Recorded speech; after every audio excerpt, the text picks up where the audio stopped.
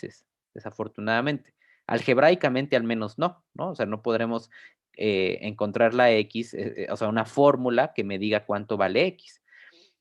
Pero, pues, justamente el análisis numérico, bueno, los métodos numéricos sirven para dar solución aproximadas a casos como estos, ¿no? A casos donde, pues, el álgebra no sirve, no tenemos forma de despejarlo, entonces tendremos que aplicar técnicas de métodos numéricos para aproximar una solución. Y ya hablar de aproximar, pues, nos va a hablar de un error y todo lo que ya platicamos. Entonces, ¿sí queda claro cuál es la motivación de lo que vamos a ver ahorita? Sí, pero ¿Sí? Bueno, y obviamente yo creo que ya deben de estar súper convencidos, más que convencidos de, pues, para qué sirven encontrar eh, raíces de ecuaciones, ¿no? O sea, en muchas ocasiones tenemos que igualar a cero y despejar para encontrar cosas de interés, por ejemplo, tan solo encontrar máximos y mínimos, ¿están de acuerdo? O sea, siempre que queríamos encontrar máximos y mínimos de una función, ya sea de una variable o de varias variables, el chiste era igualarlo a cero, ¿verdad? O sea, derivamos, igualamos a cero y teníamos que encontrar los puntos críticos de la función y algunos de ellos serían mínimos y máximos, pero teníamos que igualarlo a cero y resolverlo. Entonces, ya eso te está hablando de que tratamos de encontrar raíces de funciones, de las derivadas de las funciones, para encontrar máximos y mínimos. Y claro que los máximos y mínimos tienen muchas aplicaciones, ¿no? En la práctica. Entonces, claro que las raíces de ecuaciones son un tema de mucho interés. ¿Ok? ¿Dudas? ¿No? No, Bueno. profe. Vale. Entonces, para atacar este problema de las raíces de ecuaciones, vamos a tener dos grandes técnicas, vamos a decirles, dos grandes formas de atacar el problema. Las primeras formas es lo que vamos a llamar los métodos cerrados. Con esos vamos a empezar. La característica de estos métodos que vamos a ver y que se catalogan como métodos cerrados es que van a ocupar un intervalo con una cierta característica para poder trabajar. O sea, para poder aplicar un método cerrado, sí o sí, hay que primero encontrar un intervalo con ciertas características que ahorita les voy a decir, y con eso se empieza a funcionar el algoritmo para aproximar la raíz. Los métodos abiertos, que son la otra clase de métodos que vamos a ver, no necesitan un intervalo, simplemente van a necesitar una condición inicial. Entonces, hay una, digamos, por eso es que los separan, los catalogan diferente, porque la manera de iniciar, los requisitos que te piden para empezar el algoritmo son diferentes. En uno te piden un intervalo, en el otro te piden un parámetro inicial. Este, y quiénes son más efectivos contra quién, eso también lo vamos a ver, quiénes funcionan mejor en ciertas situaciones, quiénes no funcionan en ciertas situaciones, qué tan estables son, cuánto es su error. Todo ese análisis lo vamos a hacer conforme los vayamos viendo. Pero ahorita quiero que nada más en su mente proyecten dos grandes mundos, métodos cerrados, métodos abiertos. Vamos a empezar con los cerrados. En los métodos cerrados vamos a ver dos tipos, básicamente, de dos técnicas de métodos cerrados con algunas modificaciones entre ellas, ¿ok? Y en los métodos abiertos vamos a ver, me parece que son tres métodos que vamos a platicar y vamos a ver sus pros y sus contras entre ellos. Entonces, en total vamos a ver 5 técnicas, 2 son métodos cerrados y 3 son métodos abiertos, ¿vale? Hay muchas más variaciones, hay muchas más cosas que podemos hacer, pero bueno, para un curso básico, esas son las 5 técnicas que vamos a ver, 2 cerradas y 3 abiertas. Pero antes de platicarles de esto, creo que una técnica que no puede fallar y que siempre la tenemos que tomar en cuenta es el método gráfico.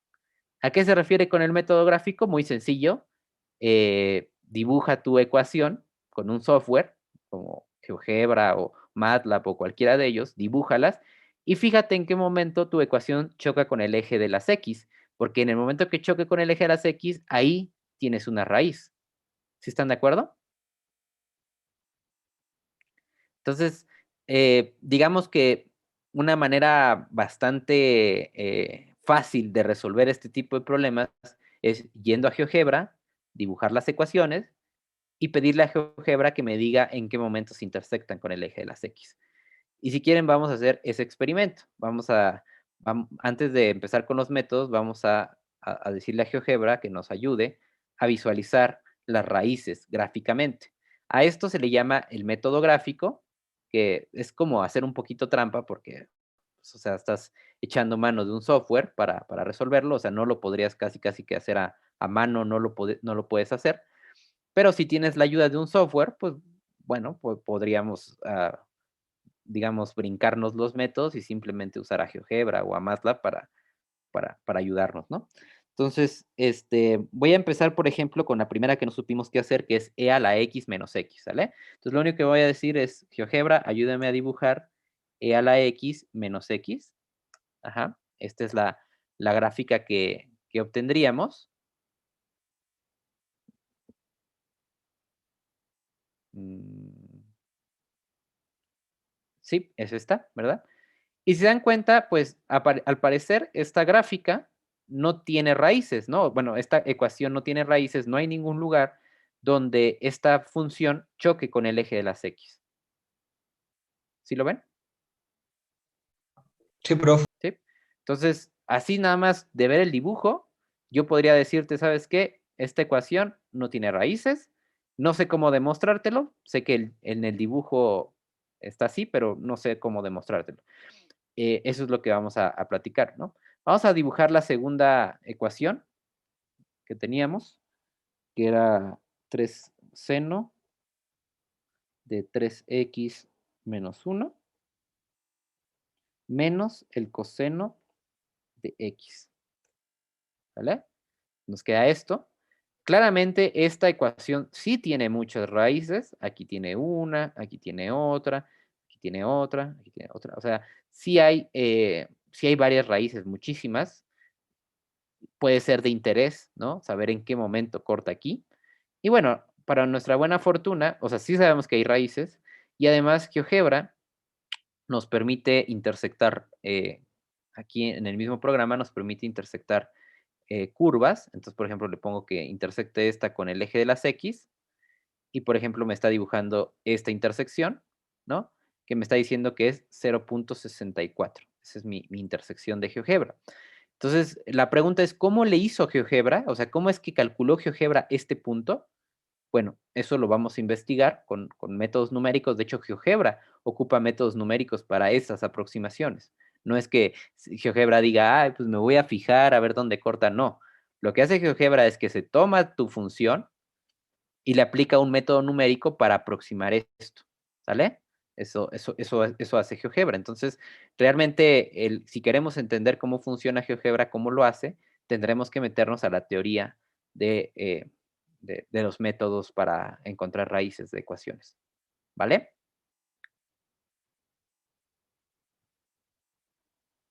¿Dudas?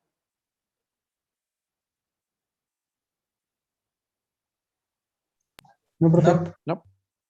Muy bien. Pues bueno, vamos a empezar entonces con los métodos cerrados. ¿Qué técnica? O sea, la idea de los métodos cerrados es lo siguiente. Fíjense.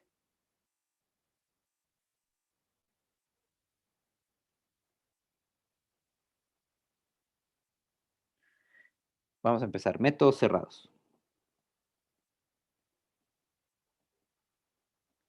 Todos los métodos cerrados, que bueno, vamos a ver dos, pero los dos que vamos a ver, eh, parten de la misma situación. Lo que vamos a hacer es, vamos a dibujar nuestra función, así vamos a imaginarnos cómo tendría que ser nuestra función, por ahí. No tiene que ser exacta ni nada, nada más es un bosquejo. Y lo que vamos a hacer es ver cuál es la raíz que nos podría interesar. En este caso, por ejemplo, este dibujito tiene dos posibles raíces, este de aquí y este de acá, ¿no? Obviamente, como no sabemos cómo dibujar esto, o sea, imagínense que no tenemos el poder de GeoGebra y no tenemos ni idea de cómo sea esto nada más es un bosquejo. Lo que vamos a ver es qué raíz me podría interesar y alrededor de dónde podría estar esa raíz.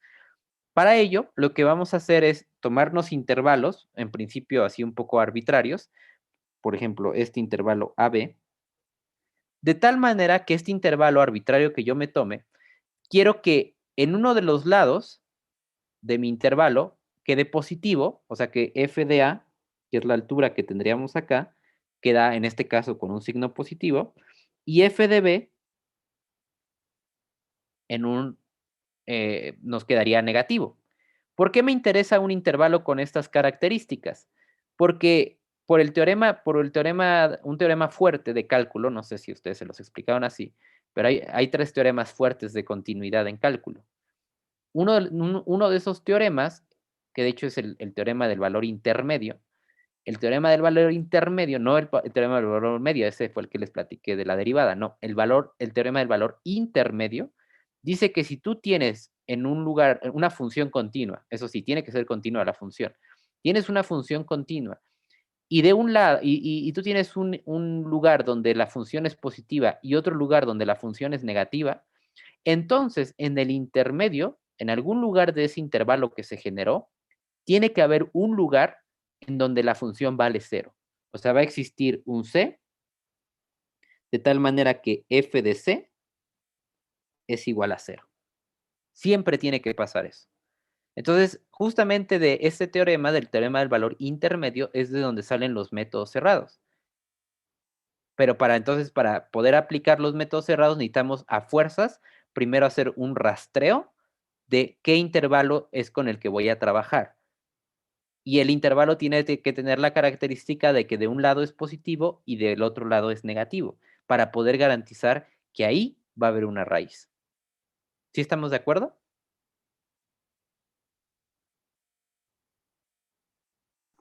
Sí, profe. Sí, profe. ¿Sí? Ok, podemos hacer el otro lado, o sea, por ejemplo, otro caso que podríamos hacer sería algo así. Ay, no, sí estaba bien, así por ejemplo, ¿no? O sea, que de este lado, el A, y este lado, el B, de tal manera que aquí, si se dan cuenta, el f de A es negativo y el f de B es positivo. O sea, podemos tener esta configuración o podemos tener esta configuración. El chiste es que de un lado sea negativo y del otro lado sea positivo. No importa de qué lado esté el positivo y de qué lado esté el negativo. El chiste es que cuando tú te tomes el intervalo, de un lado es positivo y del otro es negativo. ¿Sale? Podemos tener cualquiera de estas dos. Y el teorema del valor intermedio me va a garantizar que ahí en ese intervalo sí o sí va a haber una raíz. Sí o sí.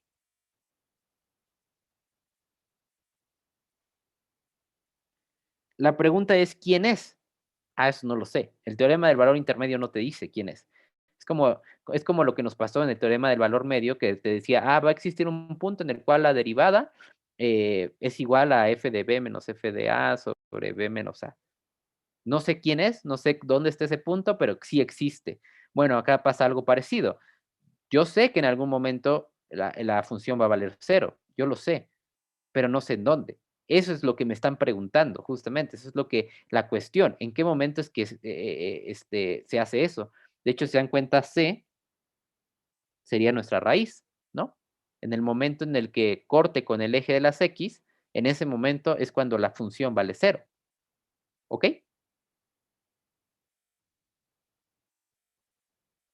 ¿Dudas? No, profe. ¿No? Bueno, entonces vamos a escribir eso. Todos los métodos cerrados, todos los métodos cerrados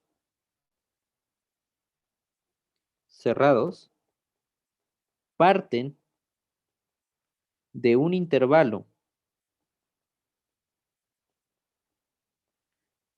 A, B,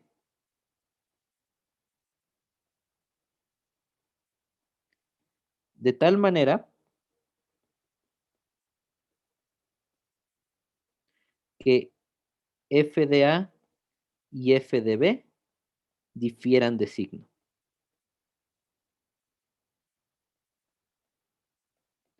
En otras palabras, otra manera de caracterizarlo es que cuando tú haces el producto de f de A con f de B, te tiene que salir negativo. Pues sí, ¿no? Porque si estos dos van a diferir de signo, o sea, este positivo y este negativo, pues a la hora de hacer el producto tiene que salir negativo.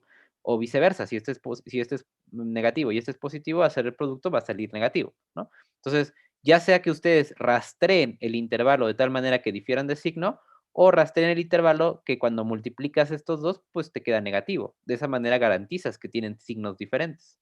Es muy ingenioso, ¿no? Muy ingenioso. Si te interesa que cambien que sean signos diferentes, multiplícalos y ese producto tiene que salir negativo. ¿Ok?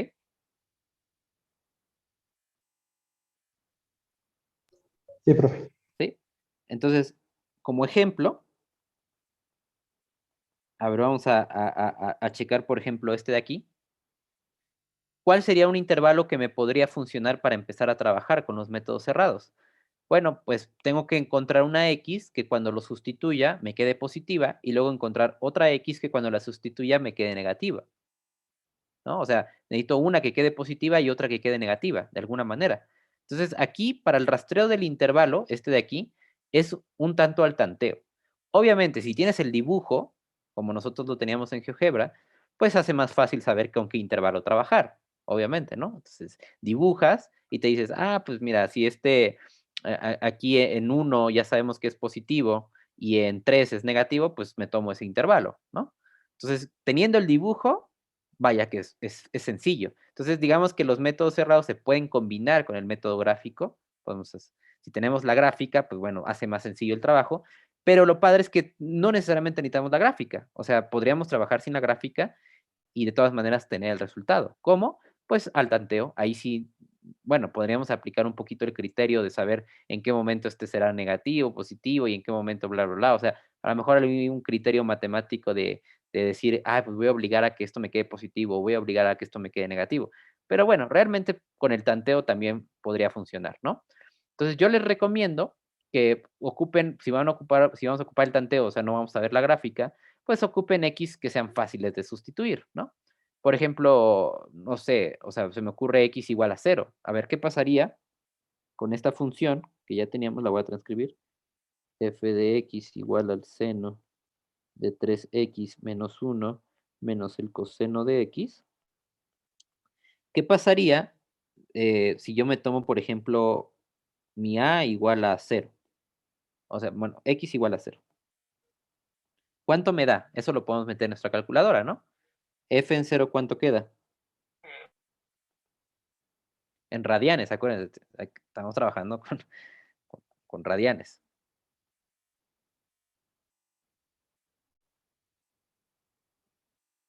¿Cuánto queda?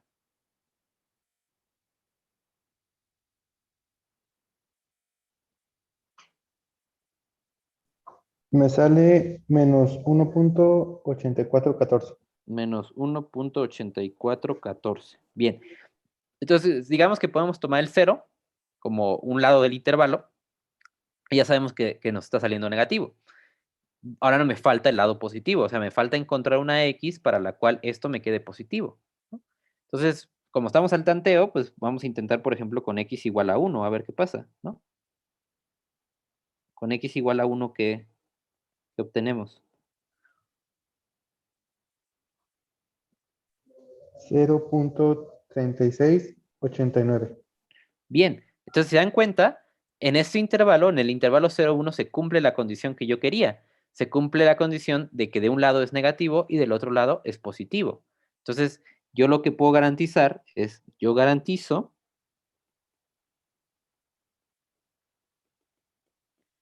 que en el intervalo 0,1 hay una raíz, ¿no? No sé cuánto valga, no sé si es 0.55 o 0.78 o lo que sea, no sé cuánto valga, pero sé que en este intervalo va a haber una raíz, sí o sí. Entonces, con este intervalo podemos empezar a trabajar con los métodos cerrados. Ahora, aquí fue sencillo, ¿no? No nos costó mucho trabajo, al tanteo salió bastante rápido. Habrá situaciones en las cuales será un poco más difícil rastrear el intervalo. Esa es un poquito la desventaja de los métodos cerrados, que primero hay que hacer como un análisis previo para poder encontrar este, este intervalo. ¿Sale? ¿Dudas? No, profe. ¿No? Bueno, este, bien, entonces primer método cerrado.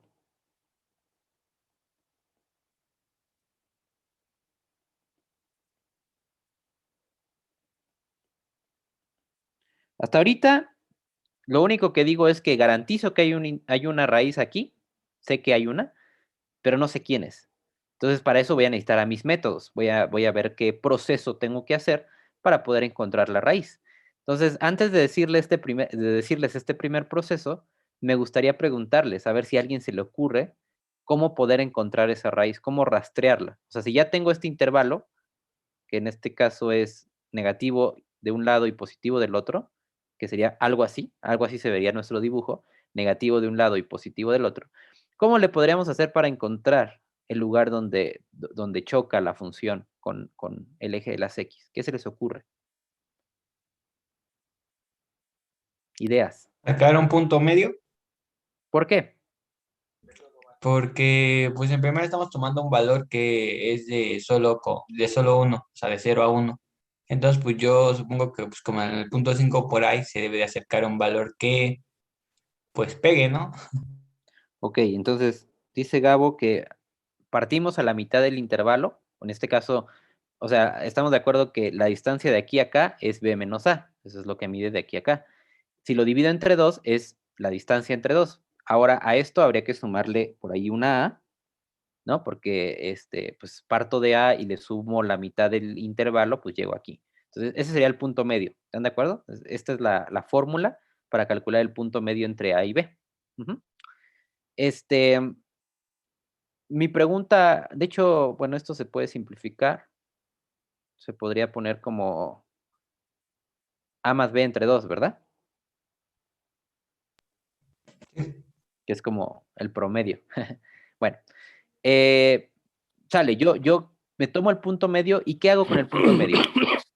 O sea, esa es mi aproximación. Ese digo, pues eso es lo que tendría que valer, o cómo.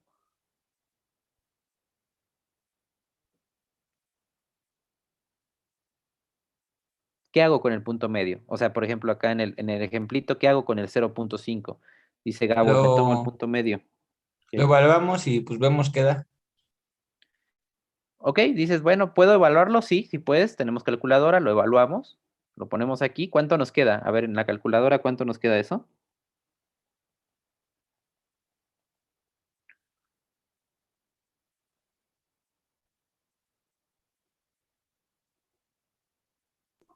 Menos 0,3881. ¿Así? 39, perdón, 3981. Perdón. 39.81. Ok. ¿Y luego ese valor qué?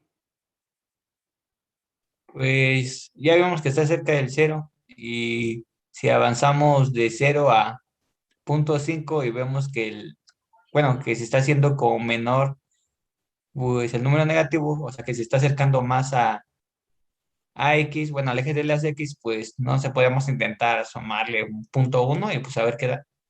Yo creo que lo que nos indica al evaluar eso Ajá. es en cuál de las mitades está la raíz. Muy bien. Entonces, ahorita lo que nos está diciendo es que de 0 a 0.5 no está la raíz. Lo que queremos es estar lo más cerca posible a nuestro...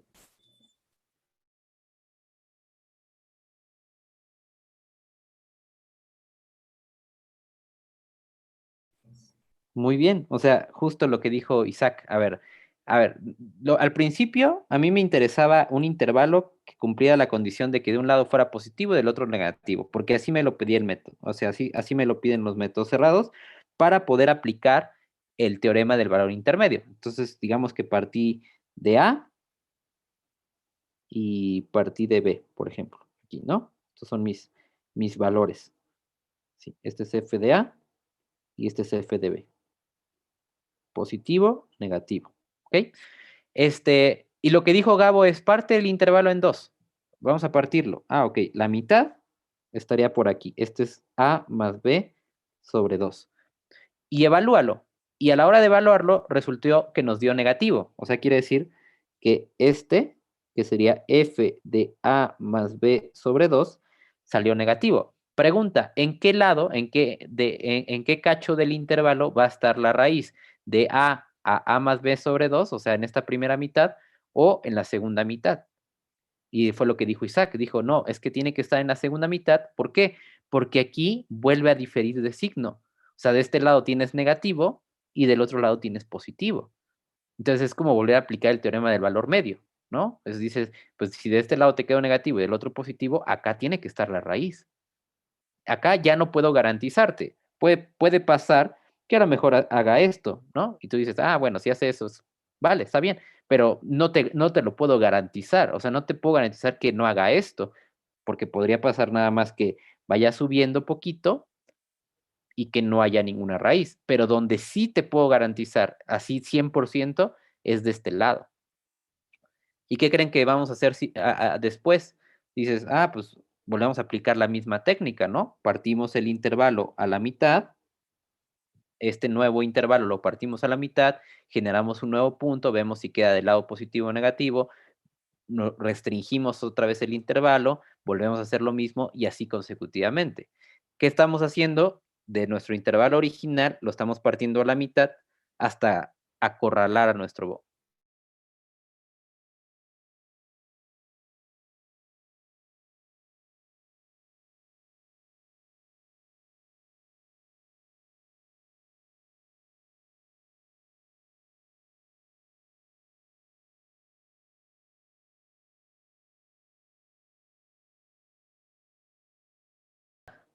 ¿Sí suena bien la idea? De hecho, esta idea es una idea bastante primitiva, en el sentido de que hace muchos, muchos años que se le ocurrió a la humanidad hacer este tipo de cosas, con una de las funciones que más problemas les generaban, que de hecho era la de la raíz cuadrada. O sea, sacar una raíz cuadrada, ahorita ya, hoy en día hay técnicas modernas, pero para los griegos y para muchos matemáticos de hace muchos miles de años, no era algo trivial sacar raíces cuadradas. Entonces, por ejemplo, si teníamos el problema de sacar la raíz de 10, lo voy a poner aquí. A este primer método cerrado se le llama el método de la bisección. Bisección. Ujú. Su nombre, pues, justamente es de estar dividiendo a la mitad cada uno de los intervalos, ¿no? De ahí viene el nombre. Este, y esto, pues bueno, como dato histórico,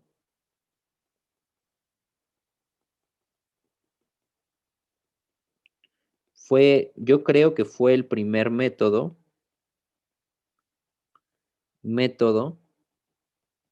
para aproximar raíces. Aproximar raíces de la historia por su simpleza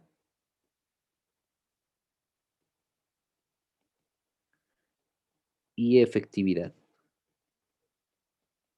O sea, estamos de acuerdo que no va a fallar, ¿no? O sea, el método eh, puede ser lento, puede ser que nos tardemos un buen rato, pero no va a fallar. O sea, sí o sí va a llegar a la solución en algún momento. O se va a acercar tanto a la solución como queramos, ¿no? O sea, podemos hacer intervalos suficientemente pequeños para, para tener una solución pues bastante aproximada de lo que debería de ser, ¿sale? Yo creo que la primera aproximación que se hizo fue para la raíz cuadrada,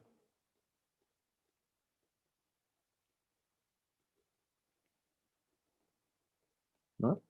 Entonces, por ejemplo, yo me acuerdo que en el escoba que yo hice, que fue diferente al que ustedes hicieron, me imagino, en el que yo hice era opción múltiple y no teníamos calculadoras ni nada de eso, era simplemente opción múltiple. Ustedes ya no les tocó eso, ¿no? Les tocó, creo que ya podían ustedes escribir cosas y como tener varias opciones de soluciones y tenían su calculadora y así, ¿no?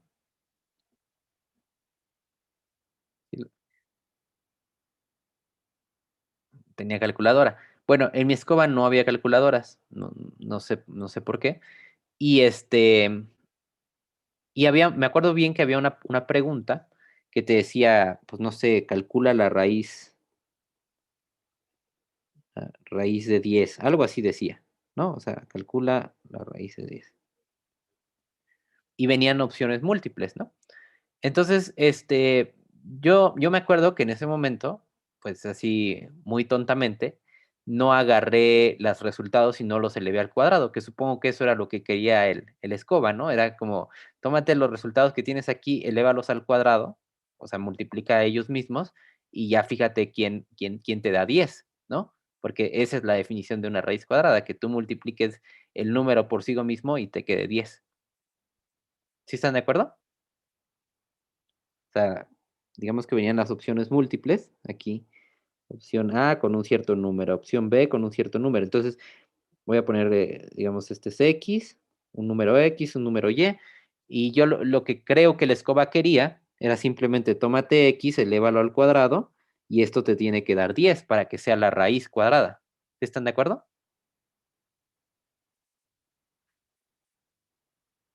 Sí. Bueno, entonces, yo creo que eso era lo que quería la escoba, pero pues yo en mi, pues ya ves que te pones nervioso y no sé qué piensas en ese momento, como que se te ocurren mil y una ideas. Yo estaba un poco asustado porque pues me estaban pidiendo una raíz y yo nunca me aprendí, hasta la fecha no me sé cómo es calcular una raíz cuadrada. Hay un método, pero no lo conozco, no tengo ni idea de cómo sea. Sé que se le ponen aquí como unas rayitas, ¿no? Y empiezas a hacer algo, no sé exactamente qué hagas. Pero yo creí que eso era lo que estaban preguntando y no se me ocurrió hacer esto. Entonces, en mi trauma, en mi bloqueo, dije, no, pues a ver cómo se me ocurre sacar la raíz de 10. Y me di cuenta, fíjense todo lo que pensó mi cabeza en ese momento. O sea, se me ocurrió lo más difícil en vez de lo más sencillo.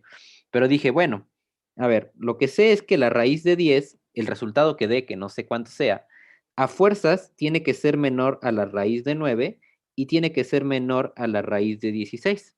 ¿Están de acuerdo? ¿Por qué sabía eso? Pues obviamente 10 es mayor que 9 y 16 es mayor que 10. Entonces, sí o sí, este número tiene que estar encerrado entre estos dos valores. Pero para mi buena fortuna, la raíz de 9, pues es 3 y la raíz de 16 es 4. Entonces, hasta ese momento, digamos que de mis 5 opciones que tenía, ya podía descartar 2, ¿no? Pongan ustedes, porque ya había hecho este análisis. Entonces dije, pues no voy tan mal. Y lo siguiente que se me ocurrió verídico así, sin haberlo visto antes, fue, bueno, ¿y qué pasa si ahora me tomo el punto medio entre estos dos, entre la raíz de 9 y la raíz de 16? ¿Quién es el punto medio?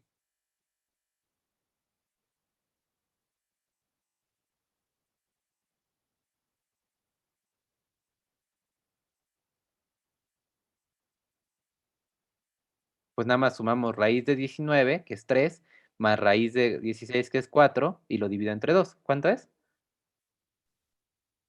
12.5. Entonces, mi siguiente, o sea, de aquí saqué el punto medio, que es 12.5, y dije, ok, si yo le saco la, bueno, o sea, sería raíz de, o sea, raíz de 12.5, ¿no?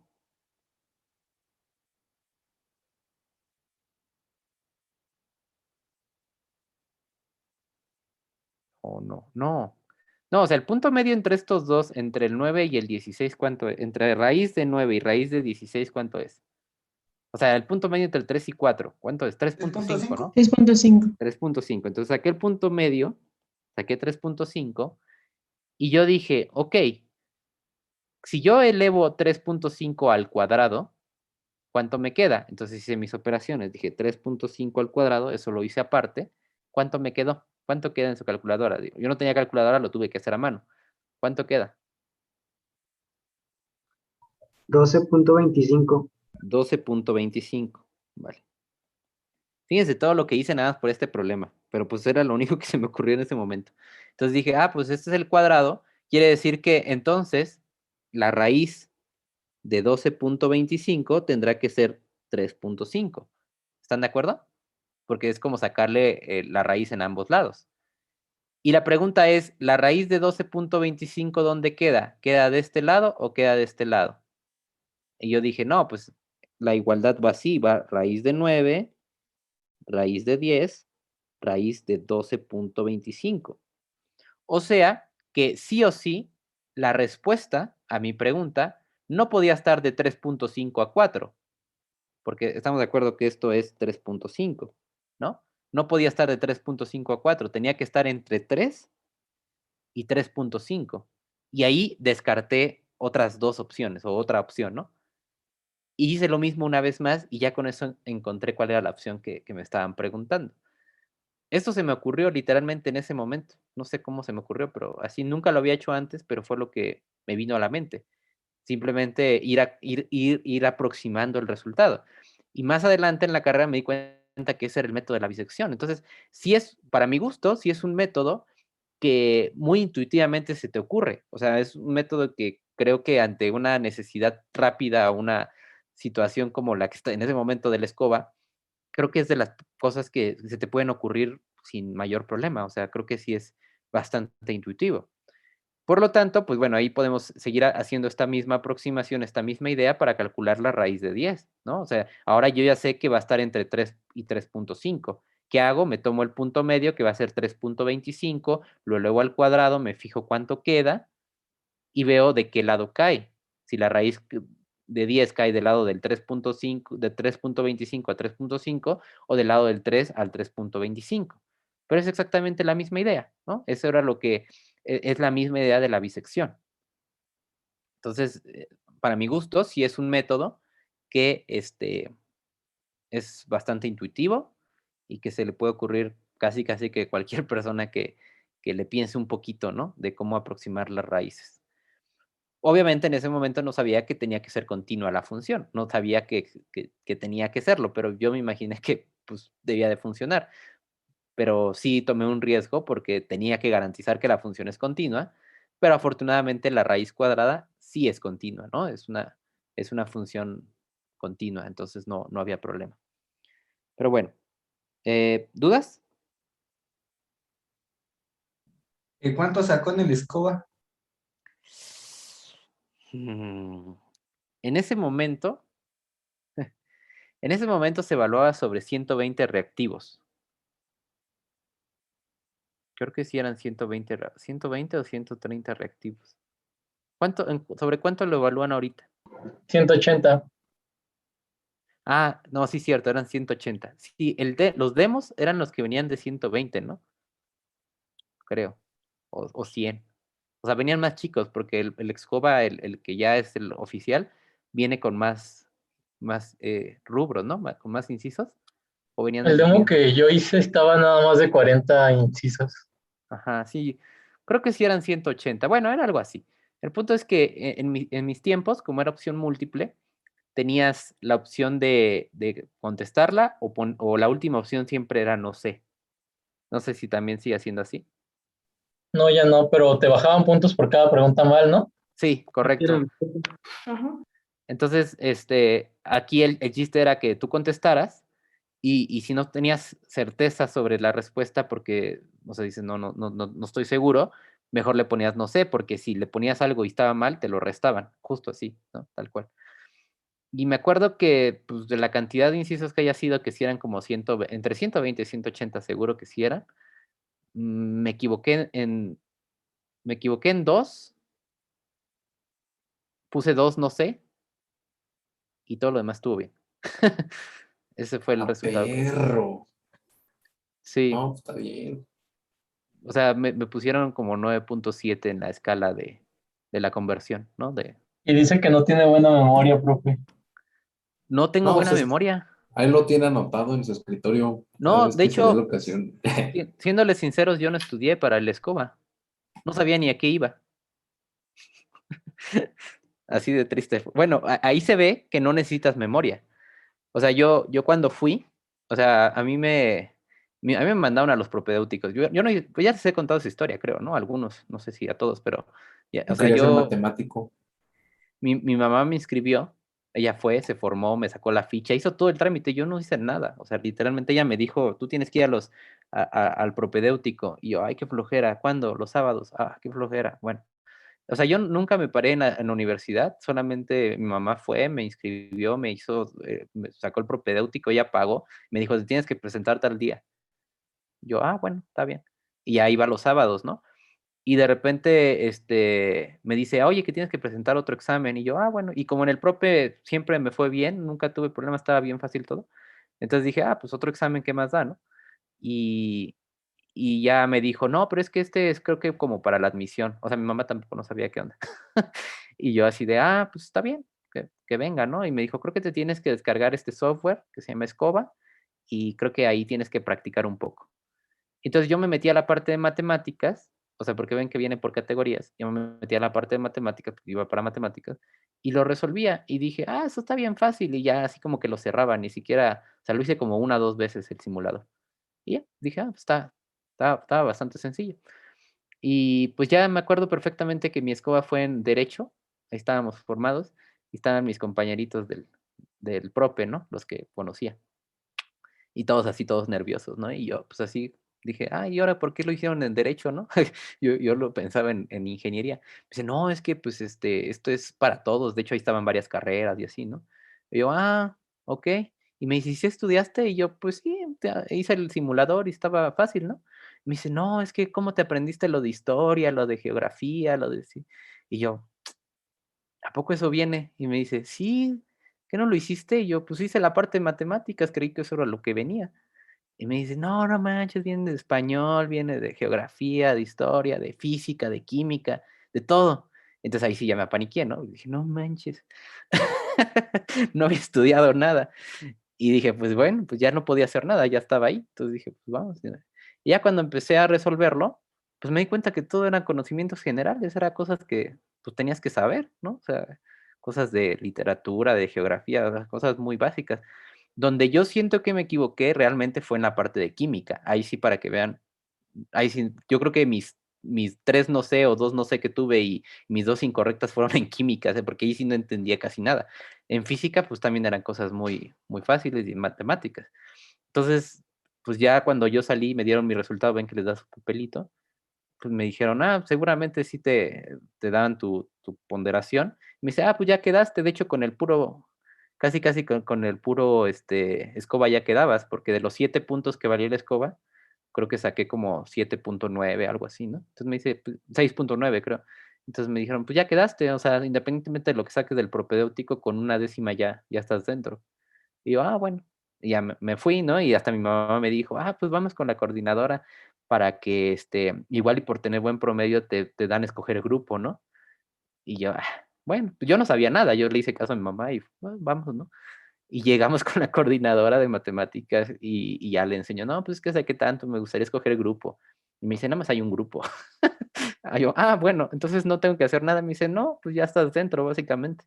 Yo, ah, bueno, gracias, y ya me fui. O sea, yo no sabía nada, o sea, literalmente llegué ahí, no sé, o sea, no sé cómo quedó. Ya ahora que lo veo en retrospectiva, ya en la carrera después me invitaron a que diera clases de la escoba, o sea que el rector me dijo, Gilberto, en ese momento me dijo, oye, ¿no te gustaría dar clases para la escoba en un proyecto?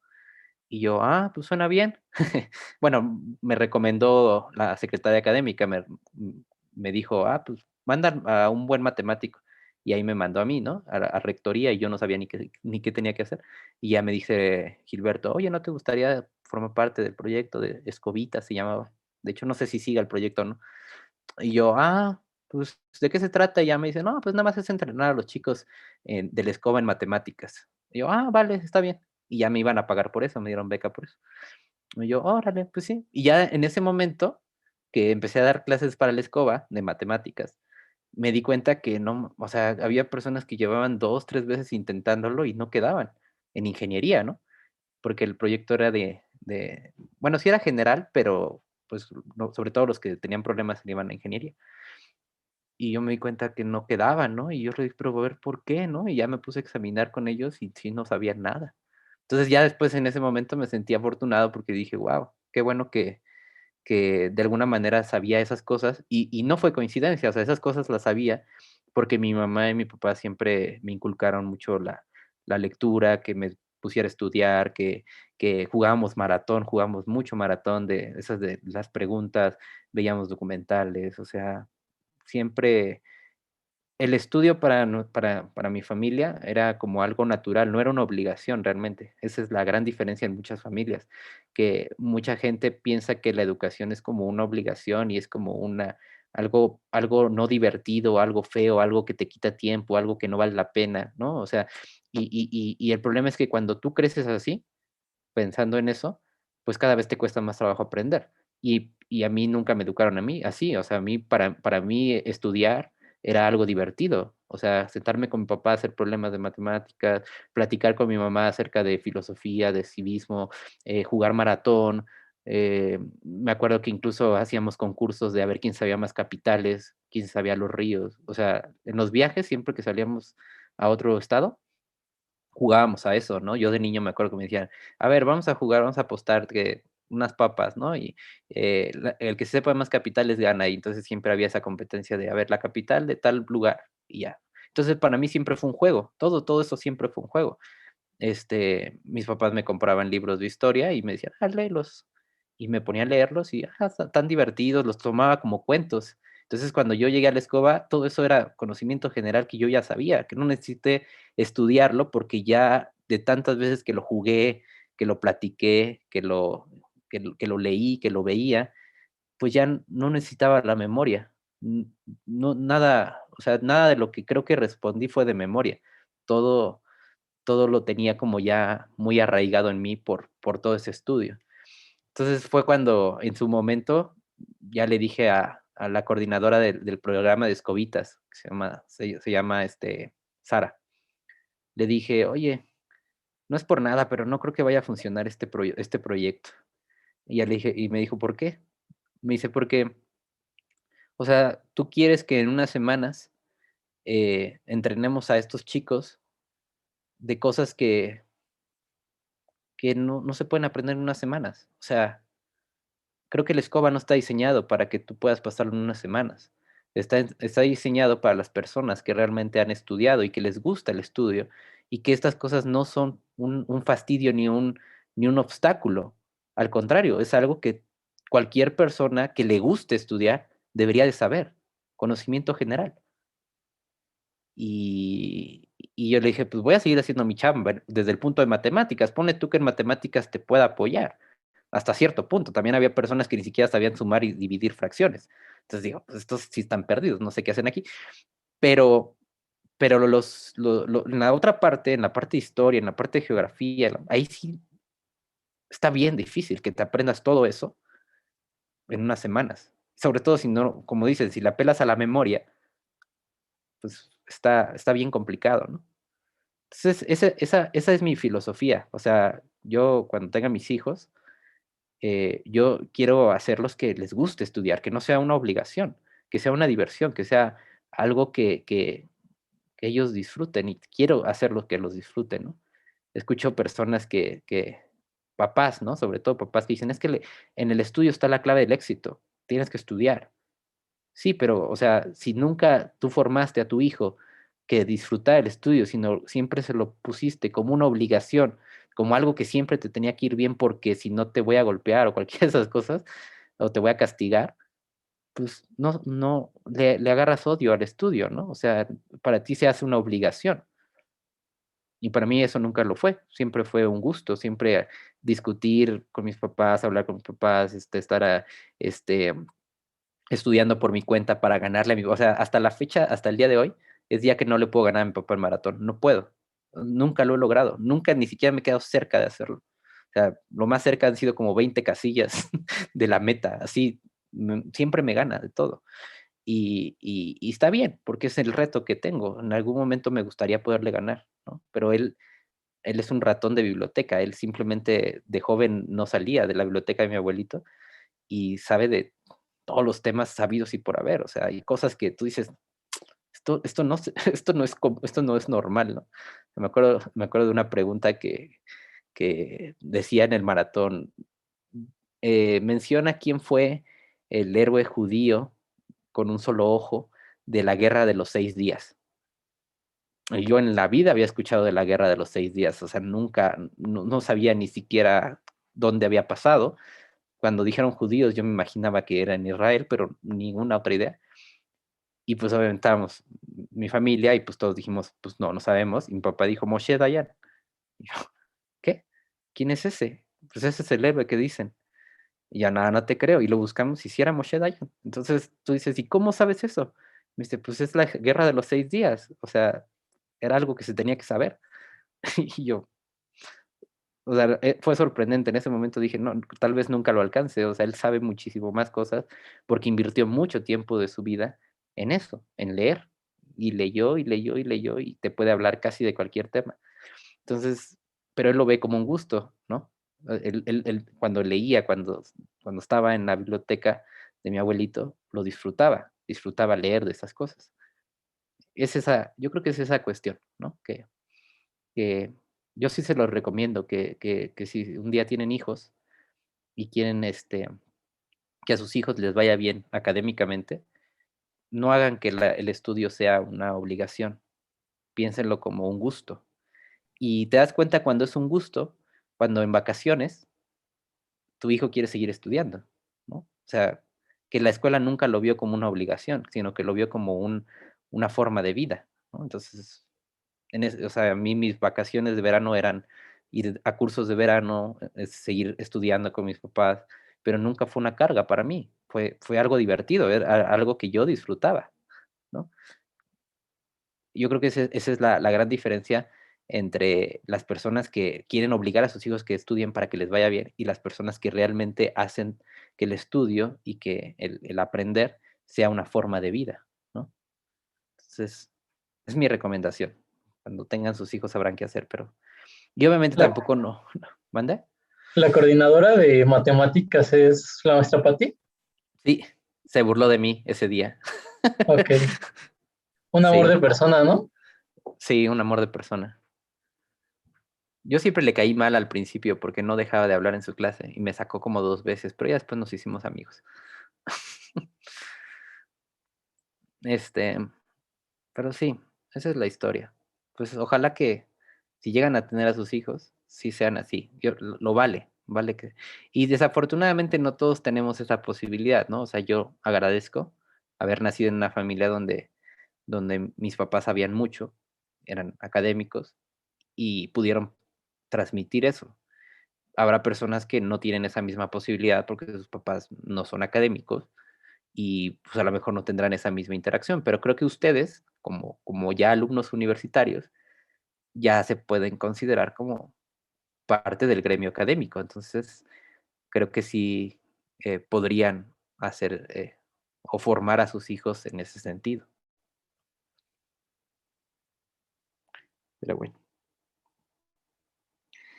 Ok, regresando a nuestro problema. Entonces, la idea es esa. La idea es, voy a agarrar un intervalo que difiera de signo, vamos partiendo a la mitad, el intervalo, mitad, mitad, mitad, mitad, hasta lograr un intervalo suficientemente pequeño, ¿no? Para aproximar a nuestra raíz. ¿Ok?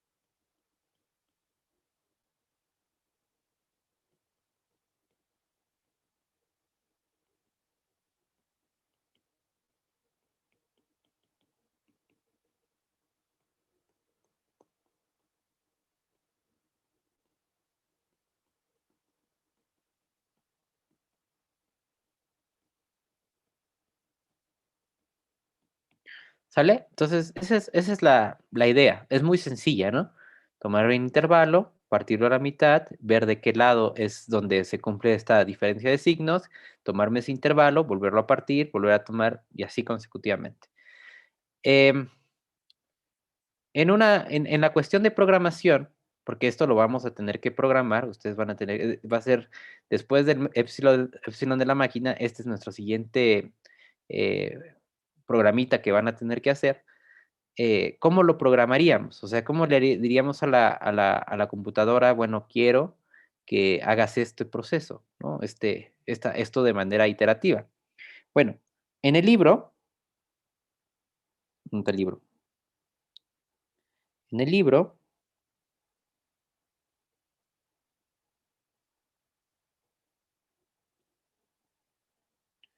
viene un pseudocódigo parecido al del epsilon de la máquina.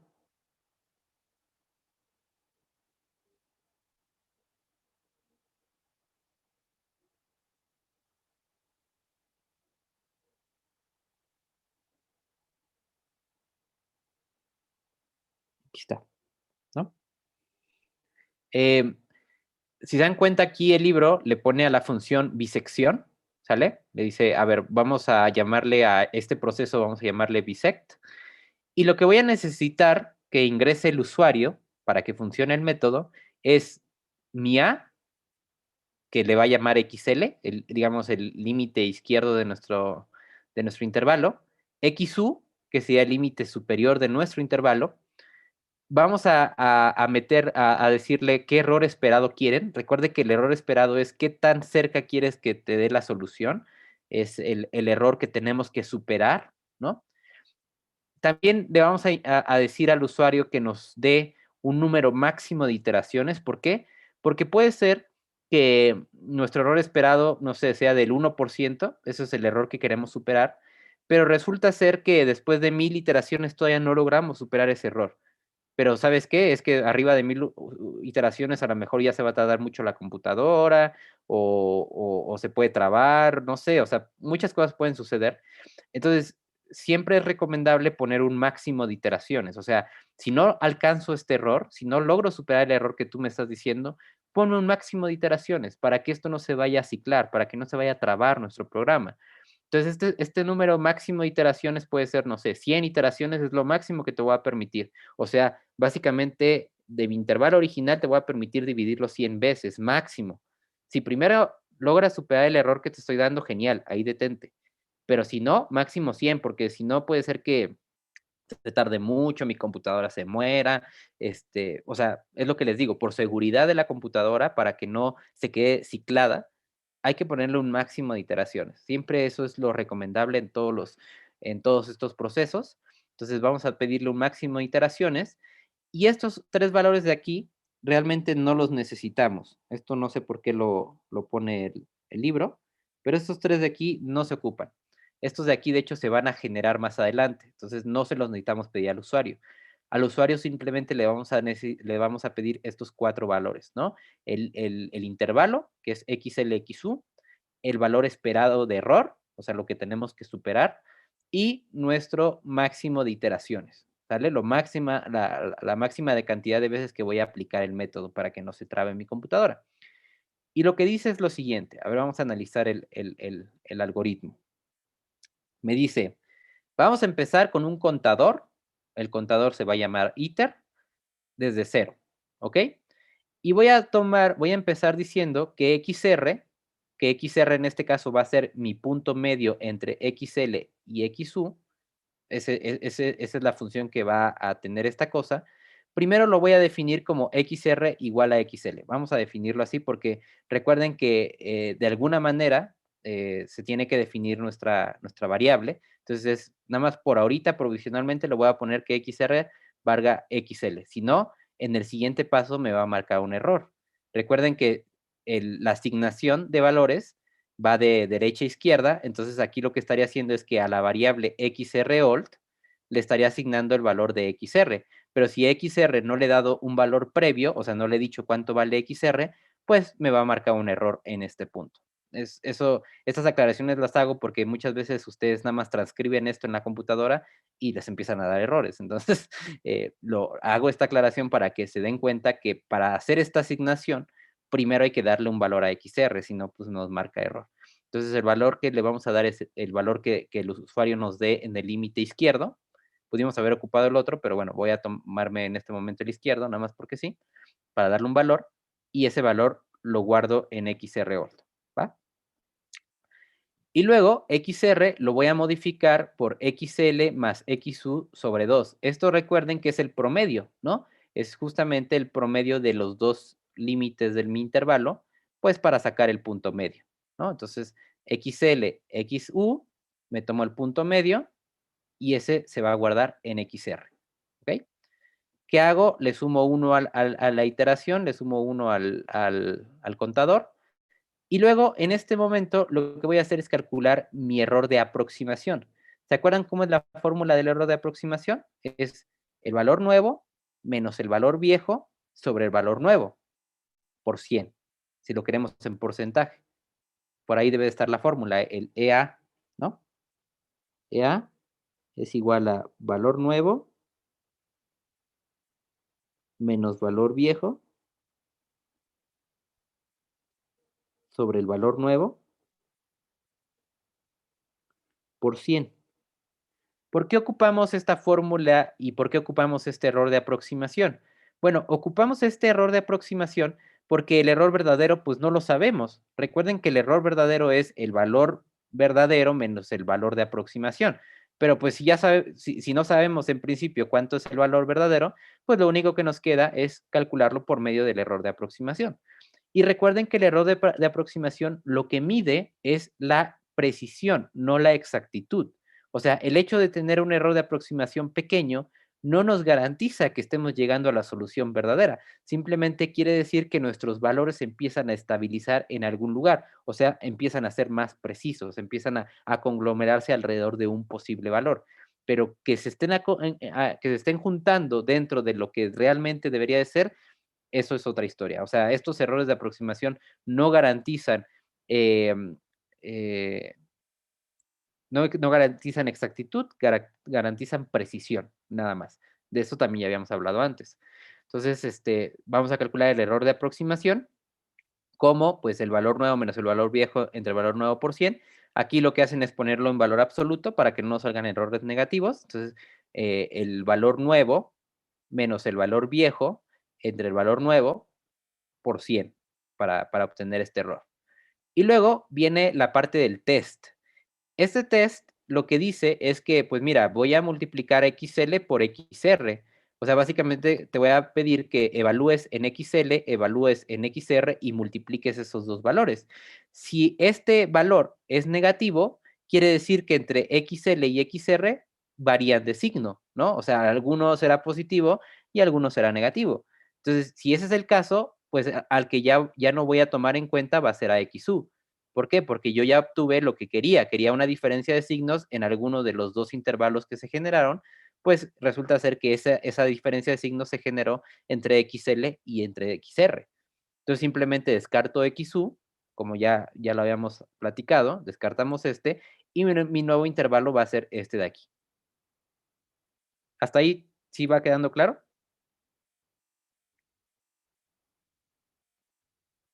Sí, profe. ¿Sí? Bueno, Sí. entonces vamos a volvernos a conectar porque ya se va a acabar. Seguimos.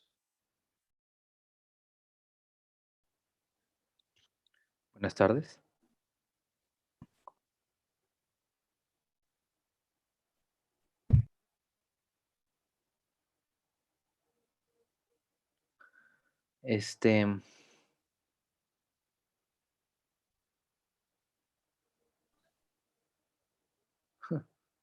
Ya se volvió a ir Bernardo, ¿verdad?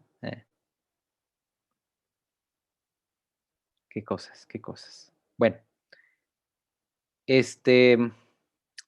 sale. Entonces, en este momento se hace el test para saber si de pura casualidad del lado XL y XR hay una diferencia de signo. Si el test es negativo, entonces quiere decir, o sea, si el producto de esto salió negativo, quiere decir que ese intervalo es el que me va a interesar, ¿no? Entonces, simplemente lo que vamos a hacer es que XL, quiero que siga valiendo XL, ¿no? Porque este lado me interesa, pero XU ya no me interesa, ya quedó descartado, porque pues ya sé que de este lado no va a haber una raíz, ¿no? Bueno, no puedo garantizar que vaya a haber una raíz. Entonces, lo que voy a hacer es que el valor que tenía XU originalmente, se lo voy a quitar, ya no me interesa, y ahora voy a guardar el valor de XR, ¿no? O sea, que quiero que mi XU, mi nuevo intervalo, ahora sea este de aquí, ¿no? Entonces simplemente estoy reescribiendo nuestras variables, porque XU ya no me interesa que vaya hasta acá, sino ahora me interesa que nada más vaya hasta acá, hasta el punto medio. En el caso contrario, si el test resulta ser positivo, entonces quiere decir que este punto está acá arriba, ¿no? O sea, quiere decir, o bueno, o los dos son positivos o los dos son negativos. Y en ese caso, pues no me interesa ese intervalo, me interesará el otro cacho, me interesará la segunda mitad. Y para la segunda mitad, entonces lo que voy a hacer es descartar a XL, ya no me interesa XL, y entonces mi nuevo XL, mi nuevo intervalo izquierdo, mi límite izquierdo, ahora va a pasar a ser XR, ¿no? Que es lo que estamos haciendo aquí. Y ya, si al final el test, o sea, si no fue ni positivo ni negativo y resulta ser que es cero, pues ¿qué quiere decir? Quiere decir que justamente o este fue cero, porque tenemos un producto. Entonces, alguno de los dos tuvo que haber sido cero. Pero si alguno de los dos ya fue cero, pues ¿qué crees? Ya encontré la raíz, porque justamente eso es lo que estoy buscando, un valor donde cuando yo lo evalúe en f me quede en cero. Entonces, si de pura casualidad el producto me queda cero, pues ya acabé, ya tengo mi solución exacta, ¿no? Ya no tengo ningún error, ¿no? Ya el error se acabó porque tengo exactamente el valor donde la función vale cero, ¿no? Eso sería en el mejor de los casos, pero pues esto rara vez sucede, ¿no? Em, y la condición de paro, si se dan cuenta, es un do while. La condición de paro es, bueno, más bien, esto se va a seguir dando mientras el error de aproximación, este que voy calculando aquí, siga siendo, eh, bueno, más bien, sí, la condición de paro va a ser que el error de aproximación supere al error esperado que me dio el usuario, ¿no? O sea, si aquí me dijeron, quiero que hagas este proceso y que superes el 5%. Ah, bueno, entonces voy a acabar este proceso hasta que el error de aproximación sea menor al valor estimado, al valor esperado, que sería el 5%. O la otra es que el número de iteraciones, que acuérdense que aquí lo vamos sumando, supere al, al máximo, ¿no? Si lo supera, pues también quiero que se salga, quiero que termine mi proceso, ¿no? Visto como programación de do while, porque, bueno, ya se acuerdan cómo es do while, normalmente la programación del do while es que se siga haciendo, que se siga ejecutando mientras algunas cosas no pasen, ¿no? Entonces, de hecho, lo que yo haría para ajustarlo a la programación del do while sería simplemente decir, mientras el error de aproximación EA, oh, mientras el error de aproximación EA sea mayor al valor esperado y el número de iteraciones no supere el número máximo. Mientras estas dos cosas sigan ocurriendo, yo quiero que te quedes y que lo repitas hasta que alguna de las dos cosas ya no se cumpla. Entonces, creo que el pseudocódigo que propone el libro está bien, pero no es tan adaptable a la programación, porque en la programación normalmente vas a poner un do while y el while te pide que, o sea, que se sigan cumpliendo estas dos condiciones. Si alguna de ellas ya no se cumple, entonces se rompe el do while, se sale, ¿no? Entonces yo les recomiendo que si van a ponerle un do while aquí, entonces simplemente esta es la condición que van a pedirle, ¿no? Aquí el error esperado sea mayor el error de aproximación sea mayor al error esperado y que además el número de iteraciones no haya superado esto, ¿sale? Son las dos condiciones. Si alguna de estas dos falla, que se rompa el ciclo porque ya cabe, ¿no? Y por último, pues devuelve, el valor que devuelve es XR, que es el último punto medio de la aproximación, ¿no? Entonces, digamos que fuimos partiendo. El resultado final, después de que terminó este ciclo, es el punto medio de la última iteración. Ese sería nuestra aproximación. de nuestro resultado. ¿Vale? ¿Dudas?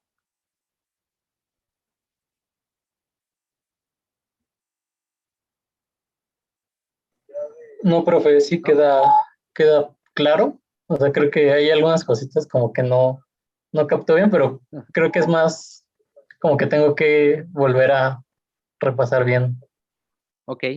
Para que quede claro, vamos a hacer una participación del método de la bisección. ¿Vale? Vamos a hacer vamos a sacarlo con una participación para que salgan todas las dudas que haya. Entonces, por participación,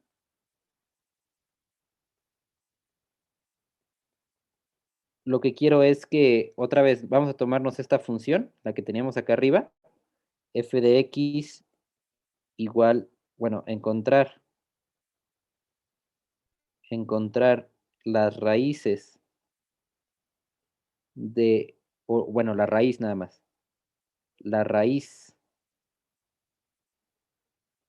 de f de x igual al seno de, ¿qué? 3x menos 1 menos el coseno de x en el intervalo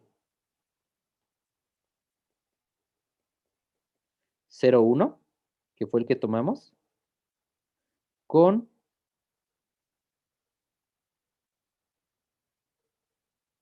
un error esperado, o sea, con un ES